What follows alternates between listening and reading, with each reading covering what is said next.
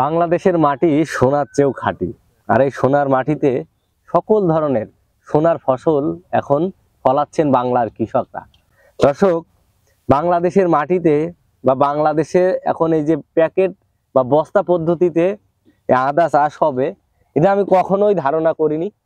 একটি একটি বস্তায় মাত্র 50 থেকে 60 গ্রাম আদা বা আদার বীজ দেয় আপনার 1 কেজি 1.5 কেজি করে আদার ফলন হয়েছে আমাদের যশোরে। আসলে কৃষি বিভাগের পরামর্শ নিয়ে আমাদের যশোর অঞ্চলে এই প্রথম আমি এইভাবে বস্তা পদ্ধতিতে আদা চাষটা দেখলাম, যা আসলে চমৎকার ভালো লেগেছে আমার কাছে। আজকে আমি সকল বিস্তারিত জানাবো এই বস্তায় আপনারা কিভাবে এইভাবে আদা চাষ করলে সহজে আদার ফলন পাবেন, আপনারা কিভাবে এইভাবে বস্তায় আদা চাষ করতে পারবেন। আসলে বস্তায় আদা চাষ এখন বাংলাদেশে বিভিন্ন জায়গায় হচ্ছে, তো যশোরে পরীক্ষামূলকভাবে করলেও তিনি সফল হয়েছে। দেখছেন আদা, তো আজকে আসেন এই আদা সকল বিস্তারিত আমি তুলে ধরি। ঠাকুরগাছা উপজেলার পানিসারা ইউনিয়নের রাজাপুর ব্লকের বেজিয়াতলা গ্রামে আব্দুস সুবান ভাইয়ের পুকুরের পাড়ে, অর্থাৎ যেখানে ফসল সাধারণত হয় না, পতিত জায়গা, এখানে গত বছর আমরা ট্রায়াল স্বরূপ নিজেদের অভিজ্ঞতা সঞ্চারের জন্য আমরা 350 বস্তায় আদা চাষ করেছিলাম। আজকে হারভেস্ট করা হলো, এই আদা উত্তোলন করা হলো। তো যেটা আমরা দেখলাম অভিজ্ঞতা অনুসারে, যে আদার বস্তাগুলো আমাদের 60 থেকে 70 ভাগ ছায়াযুক্ত জায়গায় ছিল, সেই বস্তাগুলো নিয়ে আদা আমরা সন্তোষজনক হারেই উৎপাদন হয়েছে বলে মনে করছি। আর যেগুলো একটু বেশি রোদ্রে ছিল, অর্থাৎ 60-70 ভাগ রোদ ছিল আর 20-30 ভাগ বা 40 ভাগ ছায়া ছিল, সেখানে তুলনামূলক ওই ছায়া স্থানের চেয়ে কম উৎপাদন হয়েছে, এটা আমরা দেখতে পাচ্ছি। এখানে আসলে আমাদের আরেকটা অভিজ্ঞতা হলো, সেটা হলো আমরা গত বছর যে বীজটা আমরা নিয়ে এসেছিলাম, সেই বীজটা থেকে একটু ছোট ছোট টুকরো করেছিলাম, টুকরো করে বস্তায় লাগানো হয়েছিল। এটা কৃষকের নিজের পরামর্শে, আমরা আসলে কৃষি অফিস থেকে তাকে একরকম শেখানো হয়েছিল, তারপরেও তিনি নিজেদের দেখা যাচ্ছে বস্তা বেশি হয়ে গেছিল বা যে কোনো কারণবশত একটু টুকরো, আমাদের অভিজ্ঞতা কম কৃষকের, সেই অনুসারে উনি টুকরো করেছিলেন। তিনি এবার সেটা বুঝতে পেরেছেন এবং আমরা নিজেরাও বুঝতে পারছি যে এই অর্থাৎ এই আদাটাকে যত টুকরো করা যাবে তত লস হবে।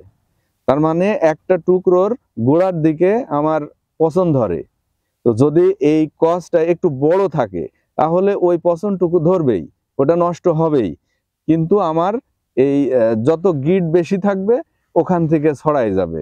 এই জন্য আমরা সামনে বছরে যেটা করব সেটা হলো আমাদের অভিজ্ঞতা অনুসারে যে আমরা এই বীজটাকে একটু বেশি রাখবো, অর্থাৎ আমরা 60-70 গ্রাম বীজ রোপণ করি সাধারণত, সেখানে যদি আর 10 গ্রাম 20 গ্রাম বেশি হয় তাহলে কোনো সমস্যা নাই, সেই ক্ষেত্রে আমরা উৎপাদনের ক্ষেত্রে বেশি পাবো।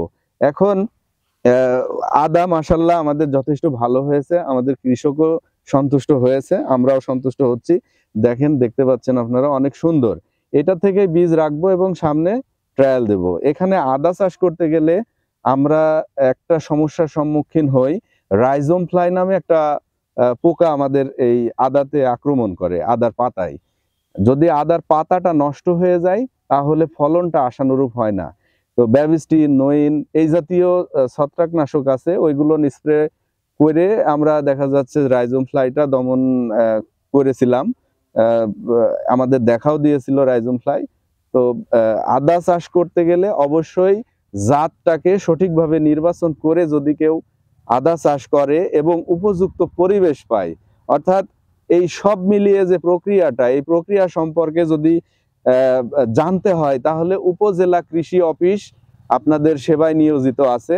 আমাদের যদি একটু শরণাপন্ন হন তাহলে আমাদের দিক নির্দেশনা যদি সঠিকভাবে আপনারা মানতে পারেন তাহলে আমরা বলবো যে আদা চাষে কোনো লস নেই। আরেকটা জিনিস হলো, ইউটিউব, ফেসবুক অনেক কিছু থেকে আদা চাষ দেখেই আপনারা যদি কেউ আদা চাষ করতে চান, সেই ক্ষেত্রে লস হওয়ার সম্ভাবনা বেশি। আপনারা দেখবেন, অবশ্যই দেখবেন, কিন্তু ওইটা সম্পর্কে একটা ভালো জ্ঞান এটা আগে অর্জন করতে হবে, যে যে ফসলটা আমি আবাদ করব সেই ফসলটা কিভাবে করতে হবে, এইরকম জ্ঞানটা আগে অর্জন করতে হবে। জ্ঞান অর্জন করার পাশাপাশি উপজেলা কৃষি অফিস এর সহায়তা নিলে অবশ্যই আপনারা লাভবান হবেন বলে আশাবাদী। আজকে আমরা 15টা এই পর্যন্ত উঠাইছি, এরপরে সবগুলো নিয়ে উঠাই দেবো। এখানে 350 বস্তা আদা আছে। তো যেটা দেখলাম যে এভারেজ 15টা বস্তায় আমার 12 কেজি মতো আদা হয়েছে। তাতে আমার এভারেজ যদি 800 গ্রাম বা 700 গ্রামও হয় তাহলে কোনো লস নেই। এক বস্তা আদা উৎপাদন করতে সর্বোচ্চ 45 থেকে 50 টাকা খরচ হচ্ছে আমাদের এই ওয়ান টাইম ব্যাগে। যদি জিও ব্যাগ নিই সেই ক্ষেত্রে একটু খরচটা বেশি হবে। তো জিও ব্যাগ আবার 20 থেকে 25 বছর ব্যবহার করা যায়। তো ওয়ান টাইম ব্যাগে যদি আমার 45-50 টাকা খরচ হয়, সেখানে যদি আমি এভারেজ 600-700 গ্রামও আদা পেয়ে থাকি, তাহলে 600-700 গ্রাম আদার দাম কমপক্ষে হলে 2 থেকে 250 টাকা।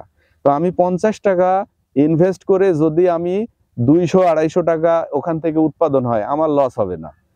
এইটা আরেকটা জিনিস যে প্রত্যেকটা ব্যক্তিরই টুকটাক ধারণা নিয়ে এবং কৃষি অফিসের সহযোগিতায় যদি প্রত্যেক বাড়িতে 20-30টা ব্যাগে আদা চাষ করেন, তাহলে পুরো বছরের আদার যে চাহিদা ওই পরিবারের সেটা কেটে উঠবে। এবং আমাদের এই আদা আমদানি করতে হয় ডলারের মাধ্যমে, এই বৈদেশিক ডলারের উপরে চাপটা অনেকাংশেই কমে যাবে।